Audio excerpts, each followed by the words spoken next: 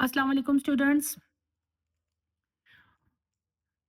Chemistry last lecture में हमने पढ़ा what is chemistry.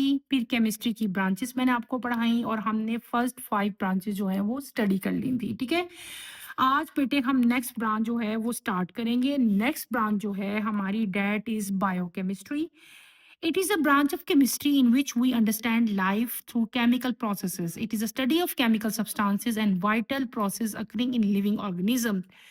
Biochemistry provides insight into the structure and function of molecules such as protein, carbohydrate, lipids, and nucleic acid. Biochemistry बेटे, bio का मतलब क्या हुआ? आपको मैंने कल बताया था लिविंग थिंग्स। ठीक है, केमिस्ट्री तो हम पढ़ रहे हैं। तो लिविंग थिंग्स की जो केमिस्ट्री है ना, जो प्लांट्स की केमिस्ट्री है, जो एनिमल्स की केमिस्ट्री है, उसकी स्टडी को हम लोग क्या कहते हैं? लिविंग थिंग की स्टडी, जो केमिस्ट्री की स्टडी को बायोकेमिस्ट्री कहते हैं। बायोकेमिस्ट्री है क्या? बायोकेमिस्ट्री में हम पढ़ते क्या हैं? हमारी बॉडी के अंदर जितने भी, मैं आपको ह्यूमन बीइंग्स की, आप लोगों की बॉडी की एग्जांपल दूंगी। हमारी बॉडी के अंदर बहुत सारे रिएक्शंस हो रहे हैं, आगे हम डिटेल से इंशाल्लाह पढ़ेंगे। आपकी बॉडी में जब आप खाना खाते हो, कार्बोहाइड्रेट डाइजेस्ट हो रहे हैं, लिपिड डाइजेस्ट हो रहे हैं, और बॉडी में प्रोटीन्स बन रहे हैं, अमाइनो एसिड से बन रहे हैं। ये सारा कुछ जो किसी भी चीज का ब्रेक डाउन होना है या बनना है, बेसिकली तो ये केमिस्ट्री है, लेकिन क्योंकि लिविंग ऑर्गेनिजम्स के अंदर हो रही है, तो इस तरह की चीज को, इन रिएक्शंस को जो लिविंग थिंग्स के अंदर हो रहे हैं, हम लोग क्या कहते हैं बेटे? उसको बायोकेमिस्ट्री के अंदर स्टडी करते हैं। सेम इज द केस अगर हम प्लांट्स की तरफ आते हैं, तो प्लांट्स में जो फूड उनकी प्रिपेयर हो रही है, ठीक है, in the form of glucose है जो भी बन रही है, उनके अंदर प्रोटीन बिल्डअप हो रहे हैं। ठीक है, तो ये तमाम की तमाम चीजें जो हैं, कैसे कुछ चीज उनके अंदर मॉलिक्यूल बनते हैं, कैसे उनका ब्रेक डाउन होता है, ये तमाम की तमाम बेटे हम लोग जो है ये बायोकेमिस्ट्री में स्टडी करते हैं। नेक्स्ट आपका आता है nuclear chemistry. Nuclear chemistry deal with the reaction taking place in the nucleus of an atom. It deal with the radioactivity, nuclear processes, and transformation in the nuclei of atom. Nuclear chemistry has many applications in agriculture, medicine, industry, and research. Nuclear chemistry, पहले तो आपको पता होना चाहिए कि nucleus क्या है। ठीक है, न्यूक्लियर केमिस्ट्री जो है वो एटम के न्यूक्लियस की स्टडी है। ठीक है, जब हम एटम के न्यूक्लियस के बारे में पढ़ते हैं, तो उसको क्या कहते हैं? हम लोग न्यूक्लियर केमिस्ट्री कहते हैं। अब ये दो वर्ड्स मैं बोल रही हूँ, एक एटम बोल रही हूँ, एक मैं बोल रही हूँ न्यूक्लियस। अब ये क्या चीजें हैं? पहले तो आपको ये क्लियर होनी चाहिए ना। तो बेटे एटम क्या है? Atom is the smallest particle of matter.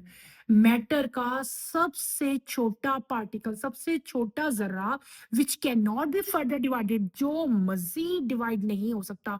यानी कि वो इतना छोटा हो गया कि अब उसके अंदर डिवाइड होने की कैपेबिलिटी खत्म हो गई है। तो मैटर का जो सबसे छोटा पार्टिकल है, विच can not be further divided, उसको हम लोग क्या कहते हैं? एटम कहते हैं। और एटम के फंडामेंटल पार्टिकल्स हैं। एटम का जो सेंटर पार्ट है, जो सेंटर ऑफ द एटम है, उसको हम लोग क्या कहते हैं बेटे? न्यूक्लियस कहते हैं। ठीक है, अब समझ आइए आपको न्यूक्लियस और एटम की। तो न्यूक्लियर केमिस्ट्री में हम लोग क्या पढ़ते हैं? न्यूक्लियर केमिस्ट्री में हम लोग न्यूक्लियस ऑफ द एटम के बारे में स्टडी करते हैं।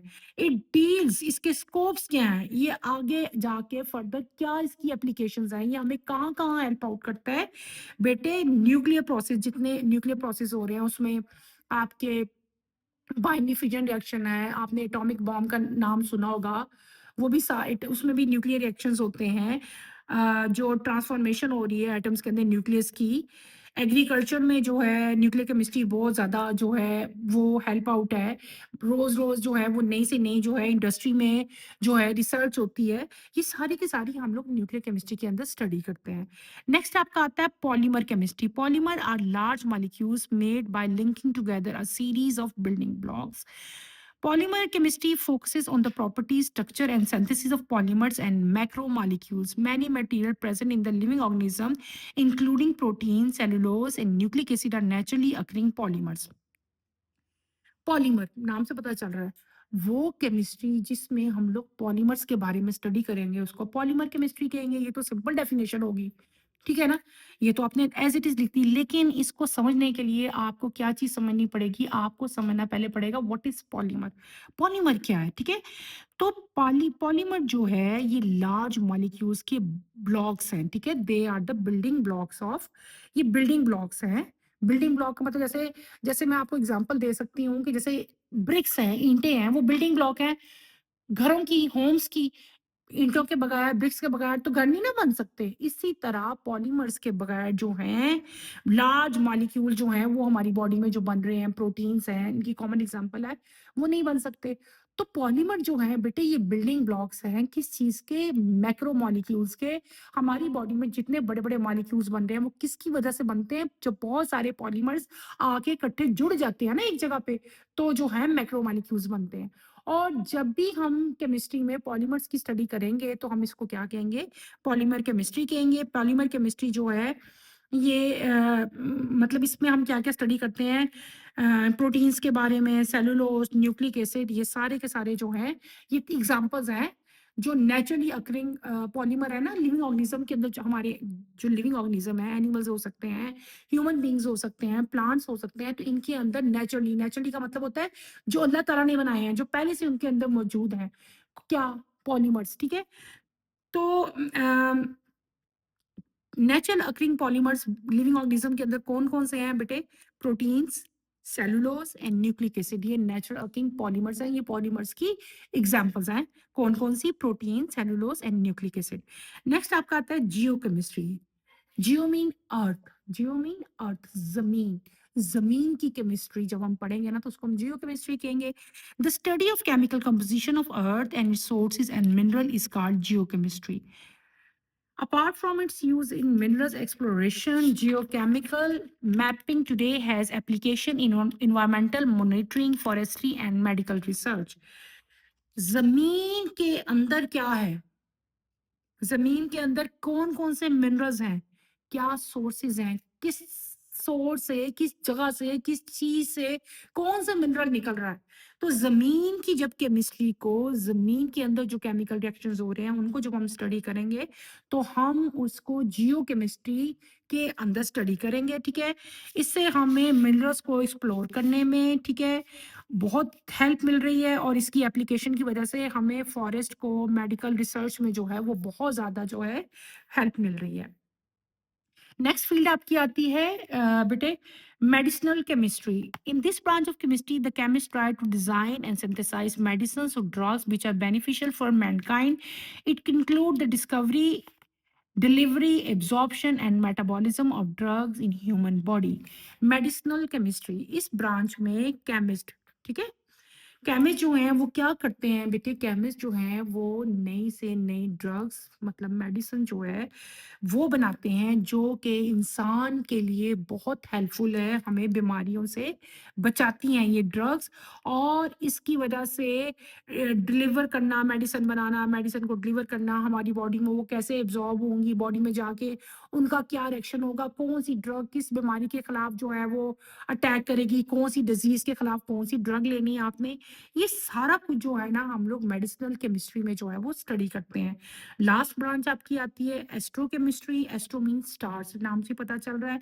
It is a study of molecules and ion recurring in space and Interstellar space. In this discipline, we study the abundance and reactions of atoms, molecules, and ions in the universe and interaction of these species with radiations. Astro, astro mean stars, ठीक है? नाम से पता चल रहा है कि space में, ऊपर आसमान पे, स्पेस में बेटे जो भी मॉलिक्यूल हैं, जो भी आयंस हैं, जो भी वहाँ पे रिएक्शंस हो रहे हैं, उनको हम लोग एस्ट्रोकेमिस्ट्री में स्टडी करेंगे, ठीक है? इस डिसिप्लिन में, इस ब्रांच में हमें जो है स्टडी करने से बहुत सारे जो रिएक्शंस हैं कि जो स्पेस में गैलेक्सीज़ हैं, स्टार्स हैं, प्लैनेट्स हैं, ठीक है? बहुत कुछ प्रेज़ेंट है स्पेस में, वहाँ पे क्या-क्या रिएक्शंस हो रहे हैं, ठीक है? इन रिएक्शंस का ह्यूमन पे क्या असर हो रहा है, जितने भी लिविंग ऑर्गेनिज़्म ज़मीन पे उन पे क्या हो रहा है, एनवायरनमेंट पे क्या उनकी रिएक्शन की वज़ह से जो है रिज़ल्ट आ रहा है। ये सारा कुछ जो है इनकी आपको पता है ना सन की भी रेडिएशन आती है ज़मीन पे, ठीक है ना? सन की रेडिएशन से जो है ह्यूमन पे क्या इम्पैक्ट आ रहा है, हमारी एनवायरनमेंट पे क्या इम्पैक्ट आ रहा है, क्या रिएक्शन हो रहे हैं उनकी रेज़ की वज़ह से, ये सब का सब चीज़ें जो हैं हम लोग एस्ट्रोनॉमी में जो है वो स्टडी करेंगे। तो हमने जो है बेटे आज ख़त्म कर ली ब्रांचेस जो हैं केमिस्ट्री की। पहले हमने केमिस्ट्री स्टडी किया, फिर हमने उसकी ब्रांचेस जो हैं वो सारी डिटेल से स्टडी करी।